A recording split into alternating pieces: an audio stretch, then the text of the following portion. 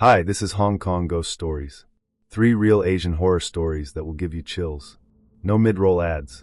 Subscribe so you don't miss new nightmares every 2 to 3 days. Ready? Lights off, headphones on, and try not to jump too loud. This happened 3 years ago in Bangkok, at the real Wat Mahabut temple, infamous for its Kuman Thong child spirits. My name is Alex, freelance designer from Europe. I'd been with Linda 6 months. Thai girl, stunning, worked market stalls near Chao Phraya.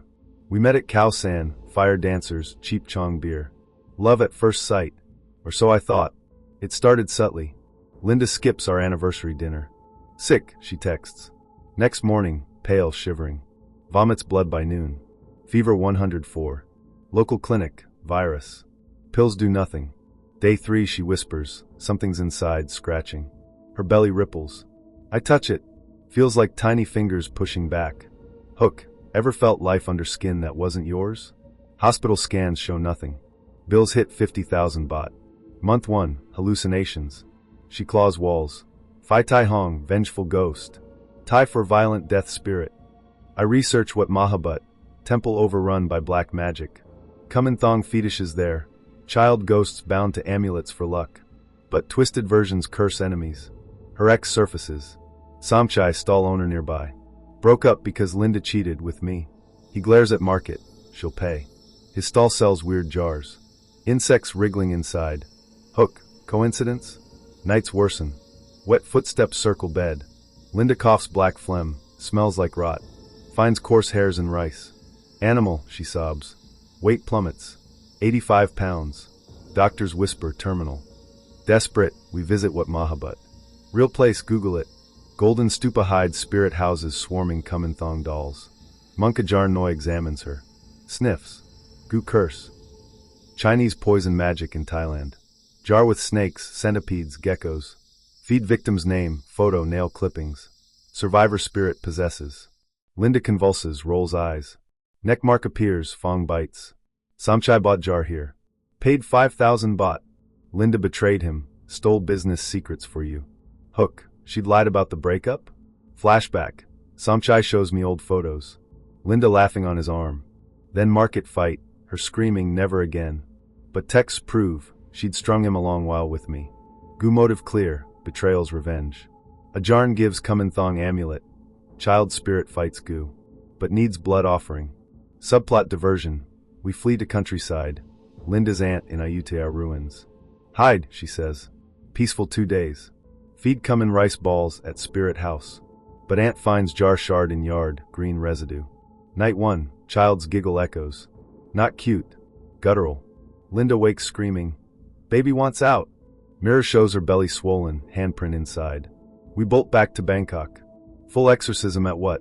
Hut reeks incense, scorpions in jars hiss. Ajarn slits Linda's palm. Blood into Nugu jar with holy water, turmeric. Drums pound. She thrashes. Samkai's voice through her. You took my love, my stall. Now spirit takes yours. Reveals details, our secret temple sex, her stolen recipes. Kuman Thong doll on altar twitches. Eyes glow. Climax, midnight chant. Smoke coils. Linda foams, arches. Jar cracks, larvae spill, writhing. Green mist rises. Mirror across room fogs. Reflection, not Samchai. Him, decayed, holding original Gu jar. Black eyes plead. Release me. Linda screams final name, his dead mother's. Mist implodes. Doll shatters. Linda collapses. Still. No breath. I panic. Ajarn smiles. Gu fled to sender. She gasps. Eyes clear. Curse broken? Recovery slow. Neck scar permanent, faint fangs. We burn Linda's old photos. Move north. No markets. But scars linger. Samchai vanishes, stall empty, jars smashed. Police, ran off. Last month, parcel. No return address. Inside, Kuman Thong doll fragment. Note in shaky Thai English. Blood called back. Wat Mahabut waits. Handwriting Samkai's. Nights now, baby giggles. Soft. From walls. Linda checks mirrors obsessively. Last week, handprint on glass. Inside hers? The woman who called help me, Japan. This happened in 2015, Kyoto. The labyrinthine paths of Fushimi Inari Shrine. where thousands of vermillion torii gates twist up Mount Inari like bleeding arteries under perpetual fox watch. Real location. Search the stone kitsune statues with their unblinking eyes that seem to track every visitor. I was Kenji, just 8 years old, small for my age with a bowl cut and a fear of shadows. We lived in a narrow machiya townhouse squeezed between the shrine's lower trails and the Tafukuji train line. Parents owned a hole-in-the-wall soba noodle shop, smell of buckwheat broth and soy wafting eternally from the Jenkin entry. Life ticked predictably. School in starched Gakurin uniform, after-school Tanabata festivals with glowing paper lanterns, summer Matsuri fireworks exploding over the river. Cicadas droned like tinnitus. Normal. Until that humid July night when the voice first came. Air thick as miso soup, fans whirring uselessly against 90% humidity. I shared a tatami room futon with Mom and my 5-year-old sister Aiko, pillows aligned north-south per Grandma's feng shui. Around 2 a.m., prime witching hour, first whisper. Soft, feminine, laced with desperation. Tasakit, help me. From the Engawa wooden porch outside our shoji screens. Neighborhood dogs silent. Just crickets and distant Shinkansen rumble. I bolt upright, heart thudding like festival taiko drums. Moonlight filters through paper panels, casting lattice shadows. Room empty. Voice repeats, closer now. Tasakit. Bare feet padding on hallway floorboards, tat-tat-tat, deliberate, unhurried. Mom snores softly, Aiko curls fetal clutching her Hello Kitty plush. Hook. Ever heard a stranger whisper your name in pitch black? I edge off futon, knees creaking tatame. Crack the Fusama sliding door 2 inches. Hallway yawns dark, air cooler by degrees. Voice shifts, inside the room now behind me. Tasakit. Kenji-kun. My full name, diminutive like a relative.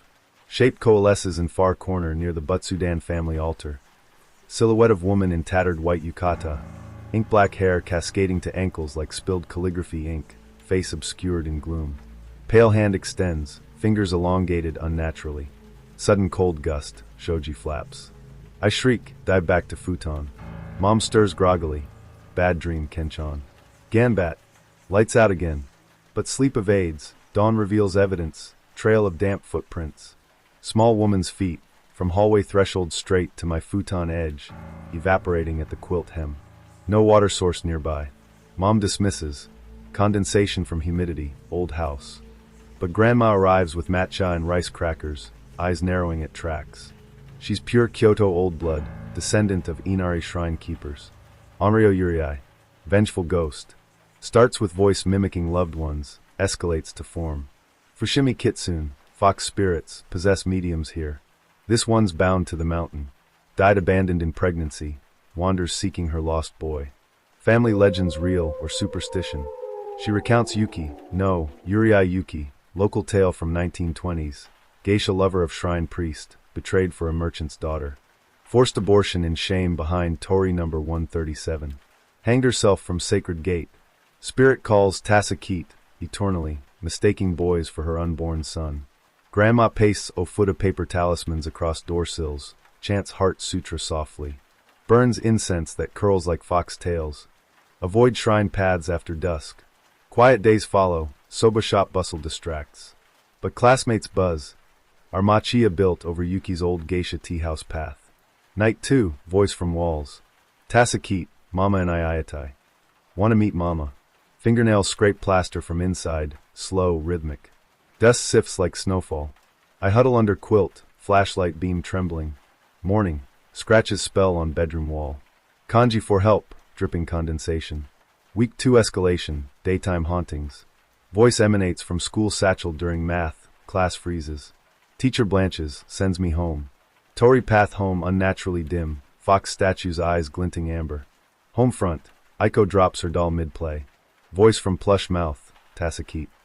Doll's head lolls 180 degrees, plastic eyes vacant voids. Mom rushes to Inari main hall, returns with protective fox amulet on red cord. Kitsune no Momori, fox guardian. Subplot deepens betrayal. Dad pulls me aside at shop counter, voice low over steaming noodle pots. Before marrying Mom, he dated a shrine maiden, left her pregnant, fled to Tokyo job. She miscarried alone. Our cheap house? Bought on that priestess's cursed land. Priest was his uncle. Ghost mistakes you for my lost child, he admits, shame-etching lines. Grandma confirms. Yuki's son would be your age now. Voice tests bloodline purity. Old trunk yields yellowed letters. Mom's handwriting pleading come back. Dated Yuki's death year. Cycle of abandonment. Yuki betrayed by priest like mom by dad. Secrets buried in family drawers. Night's compound horror. Voice multiplies. Tasakit. Wadashitachi disu. We. Footprints cluster. Adult stride mingled with tiny children's patter. Neighbor's tabby cat vanishes. Found next dawn eviscerated at Tori base. Guts arranged in kanji circle. Research yellowed newspapers at library. Yuki confirmed real. 1923 photo resembles young mom eerily. Priest grandpa. Betrayal echoes generations. Courage test peaks. Friend group Kimidare challenge. Midnight Inari ascent. 5 boys salt bags ofuda. Tori tunnel devours light. Vermillion gates claustrophobic. Voice booms. Kenji Tasakit Kuru? Will you save? Fox shadows skitter peripherally. Red eyes blink. Friend Hiroshi spots her first. Elongated neck crane-like, no feet gliding, belly distended unnaturally. He bolts shrieking downhill. Alone now. I reach gate number 137. Rope scar visible. Hand grabs ankle, cold, slimy. Voice in ear. My boy, finally. Face distorted, eyes milky cataracts. Week of siege. Voice infiltrates fridge compressor, hum modulating words. TV static whispers names. Landline rings dead air. Aiko sleep talks please. Pets bolt. Grandma orchestrates climax ritual. Inari Ofuda forms sacred circle in tatami room. Central fox statue from shrine. Rice offerings, sake cups. Hours of sutra chanting. Voice builds to hurricane roar. My son. Abandon me like father abandoned you. Walls weep brackish water. Woman materializes midair. Yukata shreds to rags, swollen belly pulses, serpentine hair lashes. Face hybrid, mom's features decayed, mouth gaping black void. Mirror opposite fog solid. My reflection, adult priest robes, abandoning her silhouette. Monster stares back your own eyes. Grandma smashes fox statue, blinding white kitsune fire erupts. Voice shatters. Yuki's maternal wail fractures to infant's piercing cry. Mirror spiderwebs reveals weathered grave marker. Yuki plus unborn son, Fushimi plot 17b. Arctic wind vortex. Woman shreds to mist shreds, sucked into altar crack. Silence descends. House cleansed professionally, monks overnight. Mom weeps generational truth over sake. We pilgrimage shrine. Pray fox graves, restore Yuki marker with fresh stone. Amulet warms reassuringly. Peace holds. Voice silenced. Scars persist. Aiko sketches crane neck women obsessively. I shun mirrors. Occasional white flash behind shoulder. Ever glimpse family ghosts in glass? Epilogue months later. Kyoto news spike. Fushimi Inari voice hauntings surge. Boy matching my description vanishes near Tori cluster. Police eloped. Locals. Yuki claims new heir. Shrine priests warn odd-numbered groups. Visit Fushimi paths? Feel watched by stone foxes? Hear Tasakit on wind? Run. Or respond. She's patient. Eternal. Story 3. The Invisible Web in Nakameguro, Tokyo apartment. My name is Daichi, and 3 years ago, I almost let an apartment in Nakameguro turn me into a ghost that nobody would ever notice. When people talk about haunted places in Tokyo, they mean the obvious ones. Abandoned hospitals. Tunnels with no lights. Love hotels where someone died in room 403. Nobody thinks of a renovated one-room apartment on a trendy street, 10 minutes walk from Nakameguro station, with a cute balcony and a view of the river. That's exactly why I signed the lease.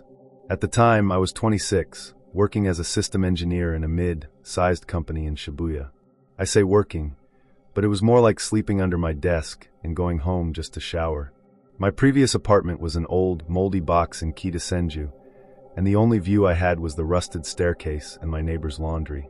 Every time I scrolled social media and saw some influencer posting coffee and cherry blossoms along the Meguro River, I would think, that's not for people like me.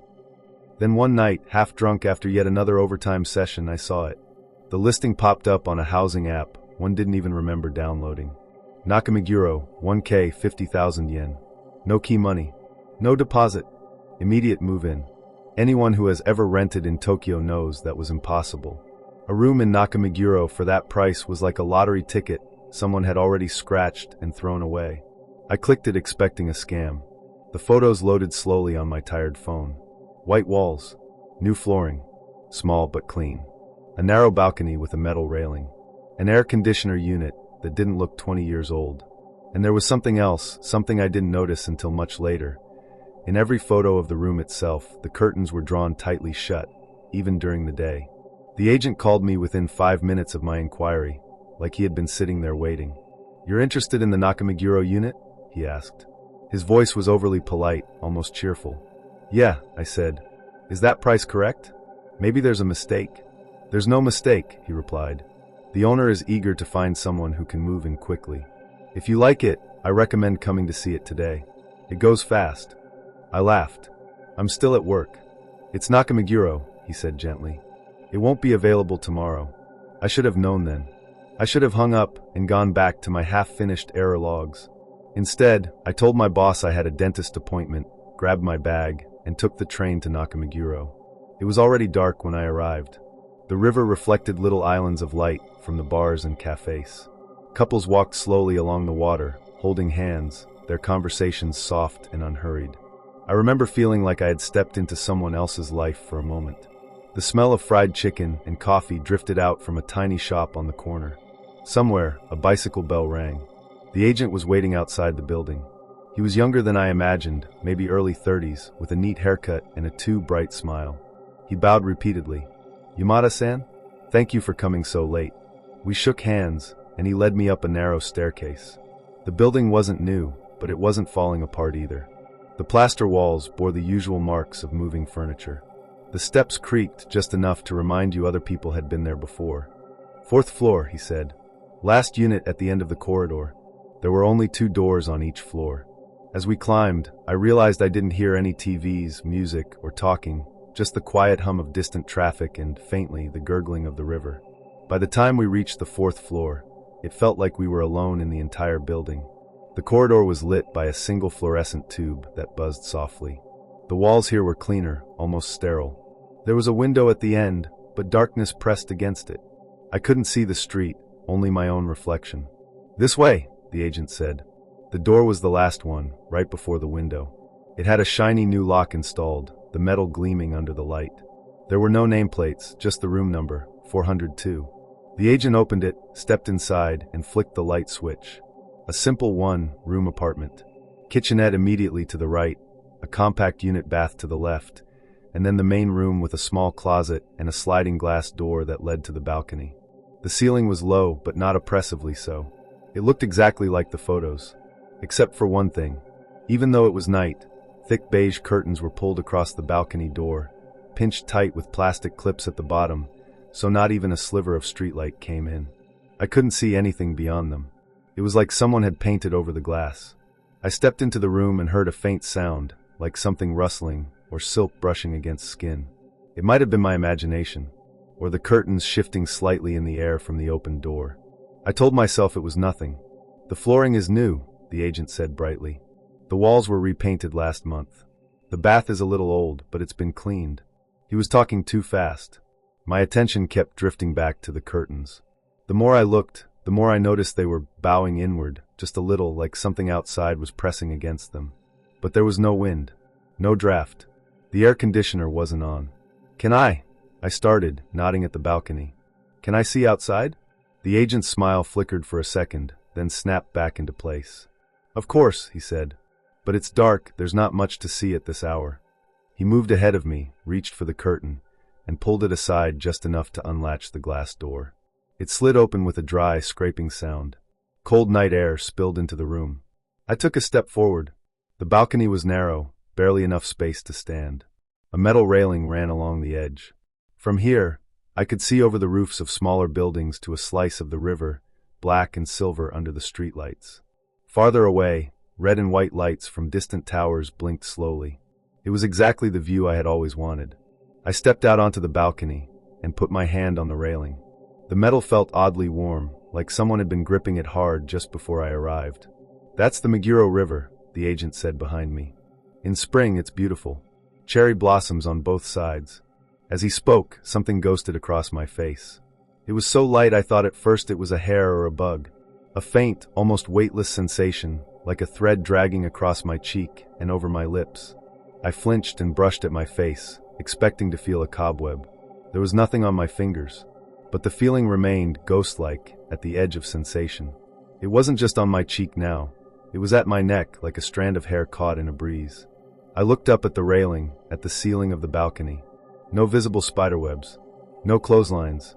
The building's exterior walls were bare. The agent watched me carefully. "Something wrong?" he asked. "It's nothing," I said. "Just felt like a string or something." He nodded, almost too quickly. "Old buildings," he said. "Dust, you know." I stepped back inside. As I moved, the invisible thread seemed to shift with me, sliding along my skin rather than breaking. It didn't let go until I was fully back in the room, and then it was as if it had never been there. Most people would have asked more questions. Most people would have at least hesitated. But I was tired. I was reaching the limit of what my body could handle. The thought of waking up and seeing the Meguro River every morning, of being able to walk home from Shibuya in under half an hour, was stronger than a vague, weird feeling on my face. "I'll take it," I said. The agent's shoulders relaxed visibly, like he had been holding his breath. "Wonderful," he said. "We can sign the papers in the office tomorrow, but if you want, you can start moving things tonight. I'll give you the key now." He pulled a key from his pocket and placed it in my hand. It was unnaturally cold, the exact opposite of the railing. The metal bit into my palm for a moment, like a warning. I ignored it. Moving in didn't take long. I didn't own much. A futon, some clothes, my laptop, a few boxes of manga, and a kettle. By midnight, my old room in Kitasenju was empty, and by 1 a.m., everything I cared about was inside room 402. The first night, nothing happened. I slept like someone had unplugged me. No dreams, no sounds, no invisible threads. The second night, I met the web. It was subtle at first. I had just turned off the lights and lay down on my futon, phone screen glowing faintly beside me. The curtains were pulled shut, the room sealed in warm darkness. Outside, a motorcycle roared down the main road, then faded into distance. Somewhere a drunk laughed. The city's constant hum settled into white noise. I was scrolling through messages from my coworker, Rio, complaining about our boss when I felt it. A light, gliding sensation right across my nose. I froze. The phone light lit up my own hand as I touched my face. Nothing. No hair, no dust. Just that same strange feeling of something almost there. A line. A filament. I held my breath and raised my hand slowly, as if moving too fast might snag whatever it was. I swept my fingers through the air in front of me. For a second, my skin tingled, like two thin strings had slid over the back of my hand. But I couldn't see anything. I turned the phone's flashlight on and shone it across the darkness. Air. Empty air. The feeling faded, like something had retreated, pulling back into the corners where light couldn't reach. "Probably just tired," I muttered to myself. The third night, there was no probably. It started the moment I turned off the ceiling light. I hadn't even reached for my phone when I felt 3 separate strands brush my forehead, lips, and chin at the same time. Softer than hair, softer than silk, but undeniably there. I jerked back on instinct. For a heartbeat, resistance. Then they slid away, like someone had drawn invisible strings across my face, and then lazily let them fall. I switched the light back on, heart pounding painfully. The room looked exactly the same. Blank. Clean. Curtains unmoving. Air utterly still. I stood up slowly and moved toward the balcony door. Every step felt heavier, like I was pushing against water. I grabbed the edge of the right curtain and yanked it open a crack.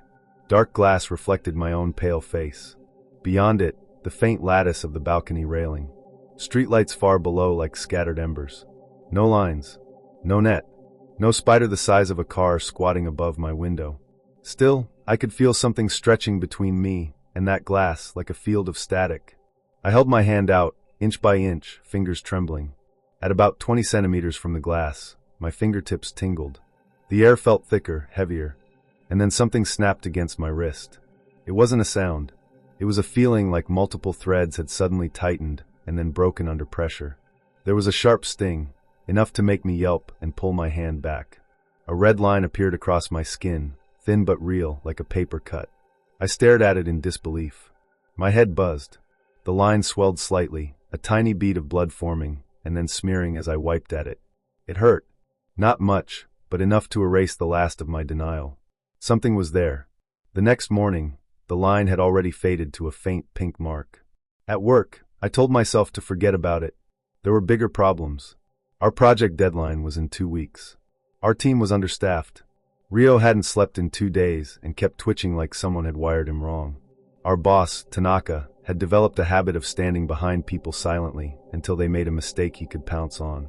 As we rode the Yamanote line home together, Rio rubbed his eyes. "You look like crap," he said. "Thanks," I replied. "You too. How's the new place?" I hesitated, then smiled weakly. "Cheap. Clothes. River view. That's all you need," he said. "Just don't die in there. I don't want to deal with replacing your code." I opened my mouth, thought about telling him about the invisible threads, and then closed it. "It's fine," I said instead. "Just old building stuff." He nodded and went back to dozing against the train door. That night, the web didn't wait for darkness. I was sitting cross-legged on the futon, laptop balanced on my knees, reviewing documentation. The curtains were closed. The only light came from the screen and the corridor through the tiny gap under the front door. The room felt like a box full of breathing. Around midnight, my eyes burned, so I took off my glasses and rubbed them. Something slid across my eyeball. I flinched so hard the laptop nearly fell. It was fast, almost too fast to register, but the foreignness of it made every nerve scream. It was as if a single hair-thin thread had passed directly across the surface of my eye from left to right without touching the eyelid at all. My vision blurred for a second, and a wave of nausea rolled through me. I stumbled to the bathroom, splashed water in my eyes, blinking hard. When I looked up, gasping, the mirror showed a tired man with bloodshot eyes and a small red scratch along his right eyelid, slanting upward toward his temple. It hadn't been there before. I stared at my reflection. For a moment, I thought I could see something behind me in the mirror, thin, shimmering lines crisscrossing the air like spiderwebs catching light. Then I blinked, and they were gone. I didn't sleep that night. Every time I lay down, I could feel strands brushing my skin from different angles, like I was lying in a hammock woven from fishing line. When I sat up, they retreated. When I closed my eyes, they crept back. By dawn, I was shaking. I told myself I would talk to the agent, demand an explanation, maybe a discount, maybe a transfer to a different unit. But when I called, his number went straight to voicemail. "Thank you for calling. This line is no longer in service." I checked the agency's website. The listing had vanished. The whole company page showed a bland error. Under maintenance. There are moments when a rational person chooses to stay rational by force. I made coffee. I went to work. I did not tell anyone that my apartment was weaving itself around my face at night. For a few days, the threads became manageable. They were always there when I turned off the lights, a soft network of barely, their lines mapping my cheeks, nose, lips, eyelids. Once, I felt them slide between my fingers when I reached out in the dark, humming faintly with a static electricity feeling. If I turned on the light, they vanished instantly, like they hated being seen, leaving only the occasional thin scratch as proof that something had touched me that I started sleeping with a small lamp on. The kind that's dim enough not to hurt your eyes, but bright enough to blur terrifying shapes. That helped. The web didn't disappear completely, but it stayed at the edges of the room, brushing my ankles lightly when I walked, tracing along my forearms when I reached up to grab something from a shelf. It wanted to remind me it was there, but it also seemed patient, like it knew I was getting used to it. Maybe that's the worst part. You can get used to anything if it doesn't kill you right away. One evening, about 3 weeks after I moved in, Rio came over. "Just for one drink," he said. "I want to see this magic Nakameguro apartment that a poor salaryman like you can afford." I hesitated longer than I should have, then agreed. The sunset painted the river orange by the time he arrived. He whistled when he stepped onto the balcony. "Damn," he said. "You're living like an influencer. All that overtime is worth something after all."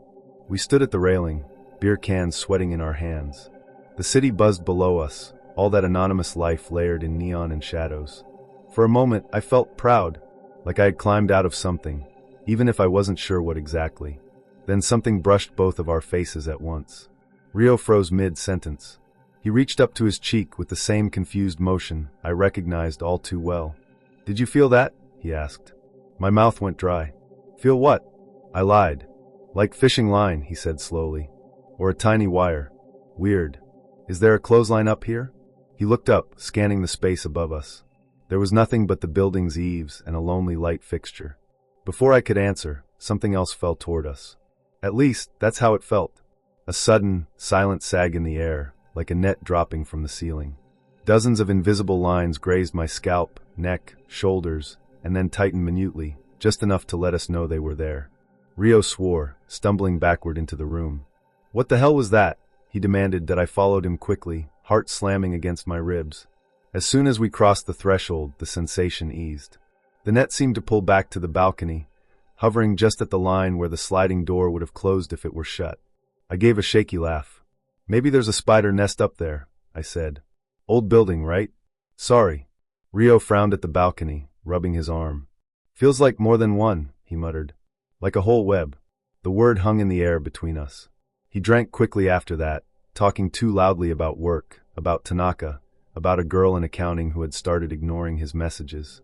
His jokes were a little forced, his eyes flicking back to the balcony more than once. I left the curtains mostly closed.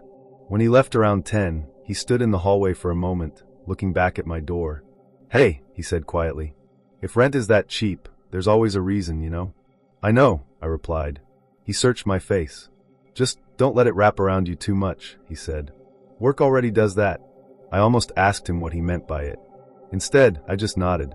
After he left, the apartment felt emptier than before. The web seemed to sense that I was alone again. As soon as I turned off the ceiling light, it reached for me from every direction, thin threads gliding over my skin, pausing here and there as if measuring me. I lay awake for a long time, staring at the faint outline of the curtains. Sometime around 3 in the morning, I realized I couldn't move my left hand. It was a slow realization, like sinking into water by degrees. First, my fingers tingled. Then my wrist felt heavier than it should have. When I tried to flex my hand, it was like pushing against thick rubber. Finally, when I forced my head to turn and look, I saw nothing. Just my arm, stretched out from under the blanket, disappearing into the darkness near the edge of the futon. But I could feel it. Multiple lines, tight around my wrist, forearm, and even elbow. Not cutting skin, not yet, but exerting steady, cold pressure. When I tried to pull my arm back, the threads tightened in unison, holding me in place. My breath went shallow. I forced my other arm to move. It felt free, though I could sense the web brushing it lightly as I reached across my body. I grabbed my trapped wrist and pulled as hard as I could. For a second, something gave. The threads loosened, stretching. My wrist moved an inch. Pain shot up my arm, sharp and hot, as if dozens of rubber bands were digging into flesh. Then the line snapped back, slamming my arm down against the futon. My shoulder hit the floor with a dull thud. I cried out, more in fear than pain. The apartment stayed silent. No neighbors knocked. No footsteps in the corridor. Outside, the city continued humming, unaware that in one small room, invisible threads were testing how far they could pull. I don't know how long it lasted. Minutes. Hours. Time in that darkness stretched as thin as the web itself. At some point, exhaustion won. My trapped muscles slackened, and either the web loosened its grip, or I simply stopped feeling where my body ended and it began. When I woke, my arm was free. My skin, however, told a different story. Angry red lines encircled my wrist, forearm, and upper arm, intersecting at neat angles like the imprint of a net. Some were deeper than others, forming faint grooves. When I touched them, a dull ache pulsed under the surface. I rolled up the other sleeve. My right arm bore similar marks, though less severe. My ankles, too, when I checked, showed thin indentations. Even my neck had a pale diagonal trace, as if something had brushed there and decided against pulling tight. I called in sick that day. "I think I have the flu," I told Tanaka over the phone. He made a skeptical noise. "You engineers and your flu," he muttered. "Fine. But if the server goes down..." "I'll answer my phone," I said. He hung up without saying goodbye.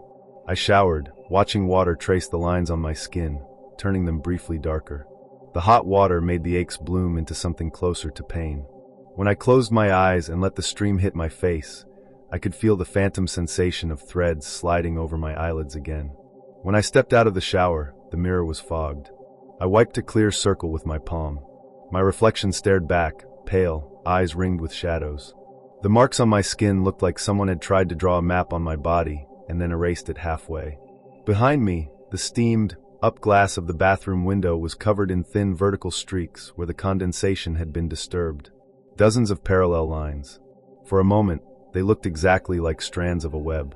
I left the apartment that afternoon. I didn't pack anything. I didn't lock the door. I just grabbed my wallet and phone and walked out, down the silent corridor, down the stairs, and onto the street. The air outside felt different, cleaner. But even as the sun warmed my face, I could feel faint ghost sensations across my cheeks and neck, as if filaments clung to me, stretching from the room high above. I stayed in a capsule hotel that night. The coffin, like Pod, should have felt claustrophobic, but the hum of other people breathing, snoring, shifting in their sleep comforted me. The thin walls, the shared bathroom, the fluorescent lights that never quite went out, all of it made me feel tethered to the ordinary world again. In the morning, Rio met me at a convenience store near Shibuya Station. "You look worse than before," he said bluntly. "I left," I told him. "I walked out. I'm not going back." "Okay," he said slowly. "You're talking about your apartment, right? Not your job." "My apartment," I confirmed. "Room 402. I think there's something wrong with that room, Rio." He studied my face. "Like ghosts?" he asked half jokingly. "Like something that wants to wrap around you and never let go," I said. I showed him the marks on my wrists, pulling back my sleeves. He whistled softly. "You sure Tanaka didn't tie you to your desk?" he tried. I didn't laugh. "Come with me," I said. "Just once. During the day." He hesitated, then nodded. We went together that afternoon. Nakameguro looked ordinary in the sun. People walked their tiny dogs. Women in loose dresses sipped iced coffee outside boutique cafes. Children pointed at carp in the river. It was almost impossible to believe that a few floors above this, something invisible had tried to anchor me to a futon. We climbed the stairs to the 4th floor. Rio's breathing grew heavier, but he didn't complain. When we reached the corridor, everything looked exactly as I'd left it. The fluorescent light buzzed lazily. The window at the end showed a slice of bright sky. My door was slightly ajar. "I didn't lock it," I whispered. "But I know I closed it." Rio pushed it open with 2 fingers. Sunlight from the balcony door flooded the room. The curtains were half open, swaying slightly in a non-existent breeze. Dust motes spun in the light. The futon lay rumpled on the floor. My laptop, clothes, and other things sat where I had abandoned them. But something was missing. My key. It was no longer on the low table where I'd tossed it. There was a clean rectangle of less dusty wood marking where it had been. We stepped in cautiously. Rio moved toward the balcony. "Feels normal," he said. "Better than my place." I stood in the center of the room, every nerve alert. My skin prickled, but I couldn't tell if it was imagination or memory. The air felt thicker near the curtains, though they moved so gently you could blame it on temperature differences. "Let's just get your stuff and go," Rio said. "You can crash at my place for a while. We'll sort it out." He took another step toward the balcony. That's when I saw it. For the briefest moment, as the angle of the sun shifted and a car outside sent up a glare, the light refracted through the glass door in just the right way. A delicate shimmer appeared in front of Rio, halfway between him and the balcony. It was like looking at a spiderweb spun entirely from air. Dozens, no hundreds, of nearly invisible lines stretched from wall to wall, from ceiling to floor, layered and knotted. They were packed most tightly about a meter off the ground, right at face level. The whole thing pulsated faintly, as if breathing. The illusion broke as soon as I blinked, but it was enough. "Stop!" I shouted. Rio froze mid-stride. "What?" "There's something there," I said. "In front of you. Don't move." He glanced around, then laughed nervously. "Are you serious?" "There's nothing." He cut himself off with a hiss as one of his cheeks suddenly reddened, a thin line blooming across the skin like a fast, moving crack. "What the?" He reached up to touch it, and his fingers met resistance. His hand hung in mid-air, about 15 centimeters from his face. His skin pressed against nothing, flattening as if he were leaning into a piece of glass. The muscles in his arm strained. "Daichi," he said. "What is this?" Another red line appeared on his other cheek, perfectly parallel to the first. His breathing quickened. I could see the hairs on his forearms rise, though nothing visible touched him. I stepped forward automatically, then stopped as something tugged at my ankle. A faint, insistent pull, like trying to walk through water. I looked down and saw nothing, but the pressure was unmistakable. The web didn't want us to leave. I tried to think clearly, to organize the fear into something useful. We had entered together. The web had not reacted immediately. It was strongest near the balcony, where outside air and light came in. It seemed to like points of transition, doors, thresholds, frames. "Move backward slowly," I said. "Don't turn around. Just step back toward the door." Rio swallowed. "Feels like wires," he whispered. "If I pull too hard, they're gonna snap." Or I will. Just go slowly, I repeated. He took a small step backward. The red lines on his cheeks deepened slightly, but the invisible resistance eased. I could feel it too, the tension in the air loosening like a net being reeled back inch by inch. We shuffled backward together, eyes on the balcony, until we reached the doorway. The moment our shoulders crossed the threshold, the pressure fell away completely. We didn't stop moving until we were in the corridor. Rio leaned against the wall, sliding down until he was sitting on the floor. He touched his face again. The scratches looked like he'd run straight into barbed wire. Tiny beads of blood dotted his skin. Okay, he said shakily. Your apartment is cursed. Can we agree on that now? We never went back inside. That evening, I called the building's management company from a payphone. I told them there was a structural problem, that the balcony door was dangerous, that I felt unsafe. They didn't seem surprised. They didn't argue. They simply said they would inspect the unit and contact me about the lease. They never did. 2 weeks later, when I worked up the courage to pass by the building from the street, room 402 was dark. The balcony curtains were drawn tight again, plastic clips fastened at the bottom. A new lock glinted on the door. The listing reappeared a month after that. Nakameguro, 1K, 50,000 yen. No key money. No deposit. Immediate move-in. The photos were the same. The curtains in every shot were closed. I moved to a cramped, noisy place in Itabashi after that. Higher rent than I could afford, but the walls were thin enough that I could hear my neighbors arguing, laughing, snoring. The only webs there belonged to real spiders. If they brushed my face, I could see them and tear them down. Sometimes late at night, when I'm half asleep and the room is quiet, I still feel it. A light, almost playful line stroking across my cheek. A filament resting just above my lips. A soft pressure at my wrist, as if something testing its grip.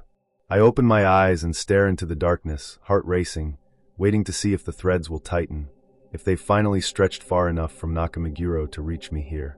They never do. Not yet. I've started checking rental apps again, out of morbid curiosity. Every time a too good to be true listing appears near a river, near a trendy area, with no key money, no deposit, I wonder who is really reaching out. The owner? Or the room itself, casting its invisible net wider and wider, catching people who are too tired or too desperate to notice the way the curtains are always closed. Maybe one day you'll see it. A cheap unit in a beautiful area. A balcony with curtains drawn. You'll think you're lucky. You'll go to see it. You'll step out to admire the view. Something will gently, so gently brush your face. If you're smart, you'll stop right there. If you're tired enough, lonely enough, hungry enough for a better life, you'll tell yourself it's nothing. You'll sign the lease. You'll move in. And one night, lying in the dark, you'll realize the truth I learned too late. Some places don't just hold people. They weave them in. And once the web has your shape, even if you leave, some part of you is always hanging there, just out of sight, in a room with the curtains closed, waiting for the next person to walk into it.